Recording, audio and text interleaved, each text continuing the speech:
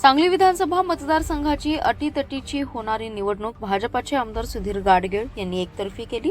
सुमारे 1,12,000 मते घेत त्यांनी काँग्रेसचे उमेदवार पृथ्वीराज पाटील यांचा 36,000 मतांनी पराभव करत आमदारकीची सांगलीतून हॅट्रिक केली आहे। या मतदारसंघात पुन्हा एक वेळ काँग्रेसचा पराभव झालाय, तर अपक्ष उमेदवार जयश्री पाटील यांना तब्बल 32,000हून अधिक मते घेतलीत। काँग्रेसमध्ये झालेला बंडखोरीचा फटका देखील पक्षाला बसलाय। सांगली विधानसभेसाठी मतदान झालं। अटीतटीच्या लढतीने तिरंगी लढत झाली। या विधानसभा मतदारसंघात एकूण 3,56,410 मतदारांपैकी 2,23,770 मतदारांनी मतदानाचा हक्क बजावला होता। तरुण भारत स्टेडियमवर मतमोजणीला सकाळी 8 वाजता सुरुवात झाली। मतमोजणीसाठी सांगली विधानसभा मतदारसंघाच्या निवडणूक निर्णय अधिकारी स्नेहल कनिचे म्हणून त्यांनी काम पाहिलं। प्रथम 8 टेबलवर पोस्टल मतांचं एकत्रीकरण करून उमेदवार निहाय त्यांचं वर्गीकरण सुरू करण्यात आलं। त्यानंतर ईव्हीएम मतमोजणीला 20 टेबलवर सुरुवात करण्यात आली। पहिल्या फेरीपासून आमदार सुधीर गाडगीळ यांनी मताधिक्य मिळवलं होतं। ग्रामीण भागात देखील त्यांनी चांगलं मताधिक्य घेतलं होतं। 11 फेरीपर्यंत आमदार गाडगीळ यांनी मताधिक्य घेतलं होतं। त्यांचं मताधिक्य 30,000च्या घरात गेलं होतं।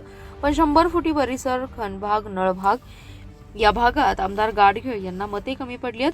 12व्या फेरीत सुमारे 2,923 मताधिक्याची घट गाडगीळ यांची झाली। मात्र त्यानंतर झालेल्या पुढच्या सर्व फेरीमध्ये गाडगीळ यांना मताधिक्य मिळाले।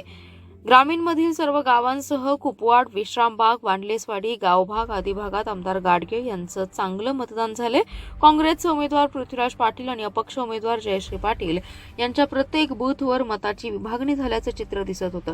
खनभाग, नळभाग, पाकीजा मस्जिद परिसर या परिसरात पृथ्वीराज पाटील यांना मताधिक्य मिळालं।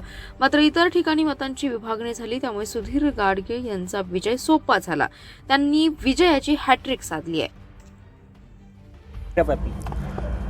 गेल्या वर्षभर 2 वर्षामध्ये की 5 वर्षामध्ये जी मी कामं केलेली आहेत सांगली विधानसभा मतदारसंघामध्ये त्याचं फळ आहे। आणि गेले 2 महिने माझे सगळे कार्यकर्ते, सहकारी जे राबतायत त्याचं हे फळ आहे। मी हे सगळ्या श्रेयाचं फळ माझ्या कार्यकर्त्यांना, पक्षाच्या नेत्यांना आणि मित्रपक्षाच्या नेत्यांना देतो आणि यापुढे 5 वर्ष अशी जनतेची सेवा करत राहीन एवढं आश्वासन देतो। महायुतीला राज्यात स्पष्ट बहुमत आलेलं आहे, त्याबद्दल आपली काय प्रतिक्रिया आहे? येणारच होतं, स्पष्टपणे येणारच होतं। लाडकी बहीण आम्हाला आशीर्वाद देणार होती। आता तुमचे मंत्रिमंडळात वर्णी लागला असं वाटतं। ते उच्च पदस्थ ठरवतील, आपल्या हातात काय नसतं। चला